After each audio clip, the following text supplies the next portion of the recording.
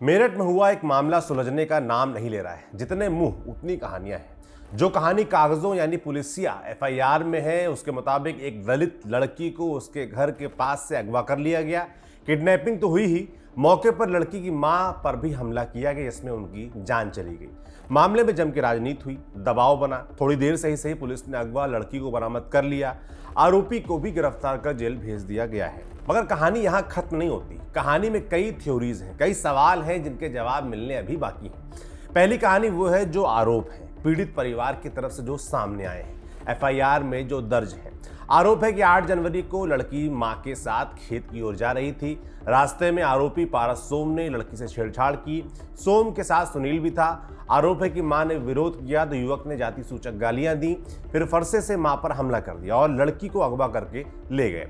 घायल मां को अस्पताल ले जाया गया, मगर देर शाम करीब 5 बजे उनकी मौत हो गई। जाहिर है इसके बाद मामले में तनाव बढ़ना था। परिवार ने उस वक्त मां के अंतिम संस्कार से इनकार भी कर दिया था।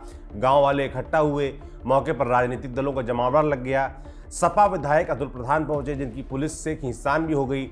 पीड़ित परिवार से सपा सुप्रीमो अखिलेश यादव ने भी फोन पर बातचीत की, 3 लाख रुपए देने की घोषणा की। ट्वीट कर यूपी सरकार को घेरा सो अलग।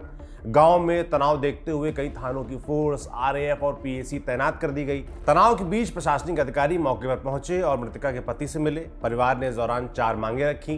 बेटी को ढूंढा जाए, 50 लाख की आर्थिक मदद की जाए, सरकारी नौकरी दी जाए, शस्त्र लाइसेंस उनको मुहैया कराया जाए। प्रशासन ने परिवार को तत्काल 10 लाख रुपए का चेक दिया, अन्य डिमांड पूरा करने का भरोसा दिलाया। इसके बाद परिवार अंतिम संस्कार के लिए तैयार हो गया था। मौके पर पूर्व विधायक संगीत सोम, जो कि बीजेपी से जुड़े हुए हैं, पूर्व सांसद संजीव बालियान भी पहुंचे। उन्होंने भी पीड़ित परिवार को मदद दिलवाने का वादा किया। संगीत सोम ने जहां परिवार को 5 लाख मदद देने की बात कही, वहीं बालियान ने परिवार के एक सदस्य को नौकरी और आर्थिक मदद का भरोसा दिलाया था। 10 जनवरी को इसके बाद पुलिस ने भारी दबाव के बीच तमाम जो राजनीतिक दल हैं उनके आने जाने, प्रदर्शन, रैलियां, तमाम चीज़ों के बाद आरोपी को हरिद्वार में पकड़ लिया। लड़की भी लड़के के साथ मिल गई, जिसके बाद 11 तारीख को लड़की के बयान एसीजेएम कोर्ट में करवाए गए। मीडिया रिपोर्ट्स में दावा किया जा रहा है कि लड़की ने यहां पारस के विरोध में बयान दर्ज करवाए हैं। कोर्ट ने इसके बाद लड़की को काउंसलिंग के लिए आशा ज्योति केंद्र भेजा। वहीं पारस को सीजेएम कोर्ट में उसी शाम पेश किया गया, जहां से उसे 14 दिन की न्यायिक अभिरक्षा में जेल भेज दिया गया। हालांकि इस बीच पीड़िता के भाई को डर था कि उसकी बहन पर दबाव बनाया जा रहा है। उन्हें डर ये है कि लड़की कहीं अपना बयान न बदल ले। हालांकि काउंसलिंग के बाद लड़की को उसके परिवार वालों को गांव तक ले जाकर पुलिस अभिरक्षा में सौंप दिया गया। पर मामले में तनाव कम नहीं हुआ है। गांव में सुरक्षा बल भी तैनात हैं। इस बीच जो दूसरी थ्योरी गांव से सामने आ रही है, उसकी भी खूब चर्चा है। कई मीडिया रिपोर्ट्स में इसका जिक्र है। इसमें दावा किया जा रहा है कि लड़की की मां की हत्या खुद लड़की ने की है। दावा किया जा रहा है कि लड़की के हाथ में धारदार बलकटी थी और उसी से उसने अपनी मां पर हमला कर दिया, जिससे उनकी मौत हो गई। लड़का लड़की की उम्र पर भी एक दावा सामने आ रहा है, जिसके मुताबिक लड़की की उम्र ज्यादा है और लड़का ही नाबालिग है। कहा जा रहा है लड़के ने लड़की को नहीं भगाया, बल्कि लड़की ही लड़के को लेकर भागी है। दावा यह भी किया जा रहा है कि लड़के और लड़की के बीच काफी समय से प्रेम प्रसंग चल रहा था। एक बार इसको लेकर विवाद हुआ था तो गांव की पंचायत भी इसमें बैठी थी। पंचायत में 50,000 रुपए भी लड़के के पक्ष ने दिए थे। मामला शांत हो गया था। इसकी बात पुलिस को भी बता दी गई थी भाई, मगर उसके बाद ये घटना हो गई।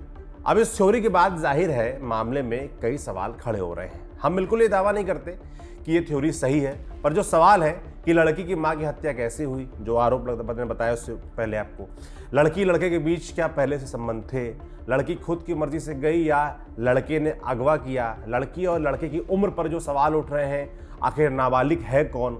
एक और सवाल की घटना की एफआईआर में जो दूसरा नाम दर्ज है पारस के साथ सुनील का, उसका क्या हुआ, उसकी गिरफ्तारी क्यों नहीं हुई अब तक। इन सभी सवालों का जवाब किसे देना है? यूपी पुलिस को। मगर पुलिस प्रशासन इस मामले पर चुप्पी साधे बैठा है। उसकी काफ़ी ऊर्जा इस बात पर भी खर्च हो रही है कि गांव में कोई घुस ना जाए, कोई परिवार से न मिल ले, कोई नेता अंदर न जाने पाए, जबकि इस घटना का भी जो भी सच है वो जल्द से जल्द सामने आना चाहिए। गांव वालों की थ्योरी, परिवार के आरोपों के इतर भी कुछ जरूरी तथ्य हैं जिनको आपके सामने लाना जरूरी है। जैसे कहा जा रहा है कि लड़का लड़की एक दूसरे को पहले से जानते थे, तो ये बात एक तहरीर के मुताबिक सही भी है। तहरीर दी थी लड़की के भाई ने 10 सितंबर 2024 को सरदन्ना थाने में कि उसकी बहन के साथ पारस सोम ने छेड़छाड़ की है, पर मामला पुलिस ने नहीं निपटाया, पंचायत तक गया जहां इसे खत्म करवा दिया गया। दोनों पक्षों में समझौता हो गया। हमने जो ऊपर थ्योरी आपको बताई थी उसमें भी इस पंचायत का जिक्र है। माने लड़का लड़की ये जो तहरीर है उसके मुताबिक एक दूसरे को जानते थे, पर प्रेम प्रसंग की वजह से नहीं, छेड़खानी की वजह से, जैसा कि इस तहरीर में बताया गया है। और उसके बाद पंचायत भी हुई। एक दावा जो किया जा रहा है कि लड़की ने ही माँ की हत्या की या करवाई। उस पर भी सामने आया कि लड़की को पता ही नहीं था कि उसकी मां की मौत हो गई है, ऐसा मीडिया रिपोर्ट्स में दावा किया गया है। दावा यह भी किया जा रहा है कि लड़की जब हरिद्वार में थी तो उसने किसी का फोन लेकर एक गांव में फोन किया और पता लगाने का प्रयास किया कि उसकी मां की हालत कैसी है। तब उसको जाकर पता चला कि मां की मौत हो गई है और उसी फोन कॉल के जरिए पुलिस भी इन जो आरोपी है और जो लड़की है उस तक पहुंच पाई थी। तो कुल मिलाकर मामला दिन पर दिन और पेचीदा होता जा रहा है। पुलिस की जांच कितने दिन चलेगी ये भी देखने वाला होगा। हमने इस वीडियो में ये प्रयास किया कि जो बातें अब तक इस मामले में सामने आई हैं उनको आप तक पहुंचा दिया जाए। हमारी यूपी सरकार, पुलिस, मेरठ के एसएसपी विपिन टाडा से इस मामले में बस इतनी विनती है कि जो सच है वो सामने आए। एक दलित महिला की हत्या हुई है, एक लड़की के अपहरण का आरोप है, मामले में सख्त कार्रवाई होनी चाहिए और जो भी तथ्य हैं वो सबके सामने आने चाहिए। बाकी थ्योरी एक ये भी चल रही है, जैसे आपने सोशल मीडिया पे देखा भी होगा कि इसको कहीं ना कहीं जातिगत रंग देने का प्रयास भी किया जा रहा है। तो जो भी है सब सामने आना चाहिए ताकि जो भी गांव में अभी शांति नहीं है, शांति है मगर उसके बाद भी तनाव है, पुलिस प्रशासन तैनात है, वो सब खत्म हो और सच सबके सामने आए। पुलिस का पक्ष भी जो तमाम सवाल है उस पर सामने आना चाहिए।